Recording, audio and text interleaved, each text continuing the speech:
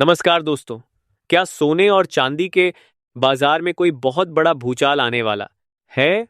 क्या अमेरिका के राष्ट्रपति डोनाल्ड ट्रंप का एक फैसला आपके सारे निवेश को मिट्टी में मिला देगा? स्वागत है आपके अपने YouTube चैनल गोल्ड तक के इस बेहद रोमांचक और सनसनीखेज स्पेशल एपिसोड में। आज हम आपको वह खौफनाक सच बताएंगे जिसने पूरी दुनिया के शेयर बाजार और सर्राफा बाजार की नींव हिला दी है। एक तरफ दुनिया में परमाणु युद्ध का साया मंडरा रहा है और दूसरी तरफ सोने और चांदी के भाव ताश के पत्तों की तरह बिखर गए हैं। आज का हमारा खास विषय है मंदी में मुनाफे का मंत्र, यानी इस भयंकर क्रैश में आपको अपने ETF पोर्टफोलियो को कैसे संभालना है। सबसे पहले बात करते हैं पिछले 24 घंटों की उन भयानक घटनाओं की जिन्होंने इतिहास का सबसे बड़ा क्रैश ला दिया है। दोस्तों, अमेरिका और इजराइल ने मिलकर ईरान के नेतांज परमाणु संयंत्र पर भयंकर हवाई हमले किए हैं। खबरें आ रही हैं कि ईरान के सर्वोच्च नेता अयातुल्लाह अली खामेनेई की मौत हो गई है। इसके जवाब में ईरान ने भी हिंद महासागर में मौजूद डिएगो गार्सिया के अमेरिकी और ब्रिटिश सैन्य बेस पर बैलिस्टिक मिसाइलें दाग दी है। इस महायुद्ध के बावजूद आज सोने और चांदी में 1983 के बाद की सबसे भयंकर गिरावट आई है। ग्लोबल मार्केट में सोना 4% टूटकर $4,570 प्रति सेंट पर आ गया है। चांदी तो 20% तक क्रैश होकर 67.6 सेंट तक लुढ़क गई है। अब आप सोच रहे होंगे कि इतने भयंकर युद्ध के बीच भाव गिरे क्यों? इसका सबसे बड़ा कारण है अमेरिका का फेडरल रिजर्व और कच्चे तेल की आग। मिडिल ईस्ट के युद्ध और हार्मोन स्ट्रेट बंद होने के कारण कच्चा तेल $12 प्रति बैरल के पार निकल गया है। इस महंगे तेल ने अमेरिका में महंगाई की आग लगा दी है। अमेरिका में बाहर खाना खाने का खर्च और इलाज का खर्च बहुत ज्यादा बढ़ गया है। इसी महंगाई को रोकने के लिए फेडरल रिजर्व ने अपनी ब्याज दरों को फिक्स कर दिया है और ऐलान किया है कि 2026 में सिर्फ एक बार ही ब्याज दरें घटाई जाएंगी। इस सख्त फैसले की वजह से डॉलर और ट्रेजरी यील्ड 4.25% तक पहुंच गए हैं। ऊंची ब्याज दरों में बिना ब्याज वाले सोने और चांदी को रखना निवेशकों के लिए घाटे का सौदा बन जाता है। फेडरल रिजर्व के अधिकारी मिशेल बोमन का मानना है कि रोजगार बचाने के लिए ब्याज दरें 3 बार घटानी चाहिए, लेकिन यह भयंकर महंगाई फेडरल रिजर्व के हाथ बांधे हुए है। इसी वजह से निवेशकों ने अपना माल बेचना शुरू कर दिया और बाजार में भयंकर बिकवाली आ गई। अब सुनिए डोनाल्ड ट्रंप के उस बड़े फैसले को जिसने बाजार का पूरा रुख बदल दिया है। डोनाल्ड ट्रंप ने कहा है कि अमेरिकी सेना अपने लक्ष्य के बहुत करीब है और ईरान के खिलाफ युद्ध अब खत्म होने की कगार पर है। चुनाव से पहले तेल सस्ता करने के लिए ट्रंप ने एक बहुत बड़ी चाल चली है। उन्होंने 30 दिन की विशेष छूट देते हुए ईरान के 14 करोड़ बैरल तेल को बाजार में आने की मंजूरी दे दी है। वहीं जापान भी अपना इमरजेंसी तेल निकाल रहा है और अमेरिका के आर्टिफिशियल इंटेलिजेंस और ऊर्जा सेक्टर में $1 ट्रिलियन का भारी निवेश कर रहा है।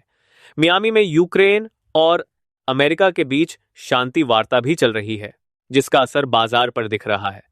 इस बीच दुनिया के बाकी देश भी अपना खेल खेल रहे हैं। रूस ने अपने युद्ध का खर्च निकालने के लिए अपने खजाने का 71% असली सोना बेच दिया है। दूसरी तरफ चीन के सेंट्रल बैंक ने लगातार 16वें महीने सोना खरीदा है और अपना खजाना 74 मिलियन ओंस के पार पहुंचा दिया है। भारत के लिए आज सबसे डरावनी खबर यह है कि भारी विदेशी बिकवाली और महंगे तेल का आयात करने के कारण हमारा भारतीय रुपया पूरी तरह क्रैश हो गया है। रुपया आज डॉलर के मुकाबले 94 के ऐतिहासिक निचले स्तर पर आ गया है। रुपये की इस भयंकर कमजोरी के कारण भारत में फिजिकल सोना आम आदमी की पहुंच से बाहर हो रहा है। इसके बावजूद भारत के आम खरीदारों और ज्वेलर्स के लिए यह ग्लोबल गिरावट एक बहुत बड़ी राहत लेकर आई है। आज भारत में 24 कैरेट सोने का भाव 13,170 गिरकर 1,48,910 प्रति 10 ग्राम पर आ गया है। दिल्ली और मुंबई में 24 कैरेट रिटेल सोना 1,49,000 प्रति 10 ग्राम पर बिक रहा है। 22 कैरेट सोना भी 1,36,500 प्रति 10 ग्राम तक गिर गया है। वहीं चांदी 2,35,000 से 2,40,000 प्रति किलो के बीच मिल रही है। इसी बीच नई दिल्ली के भारत मंडप में ज्वेलरी की बहुत बड़ी प्रदर्शनी शुरू हुई है। भारतीय ज्वेलर्स सरकार से मांग कर रहे हैं कि आने वाले बजट में सोने पर कस्टम ड्यूटी घटाकर 4% की जाए और पैन कार्ड की लिमिट 5 लाख की जाए।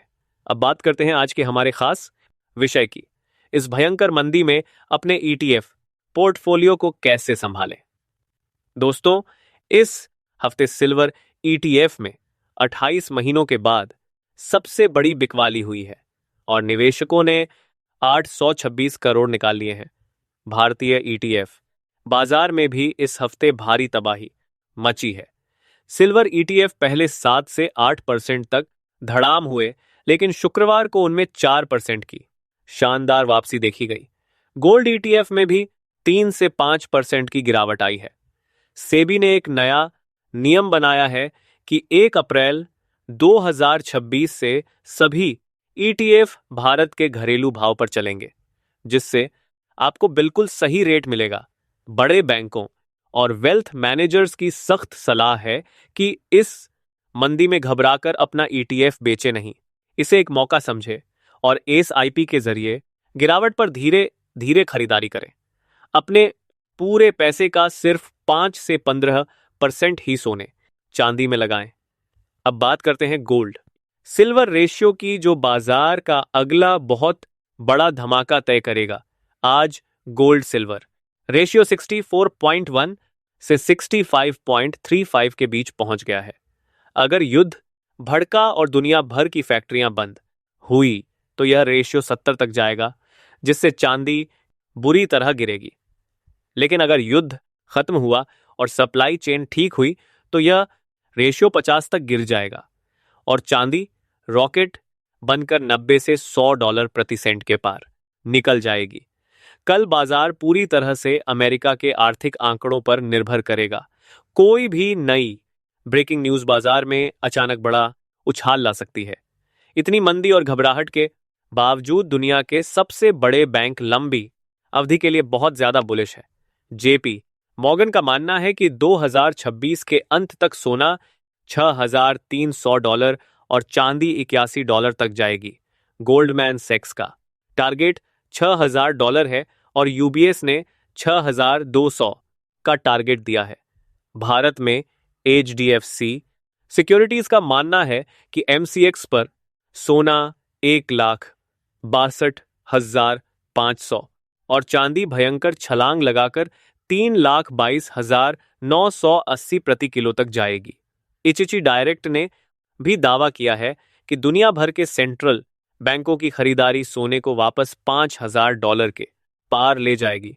याद रखें, मैं कोई सेबी रजिस्टर्ड एडवाइजर नहीं हूं, इसलिए अपना मेहनत का पैसा निवेश करने से पहले अपनी रिसर्च जरूर खुद करें।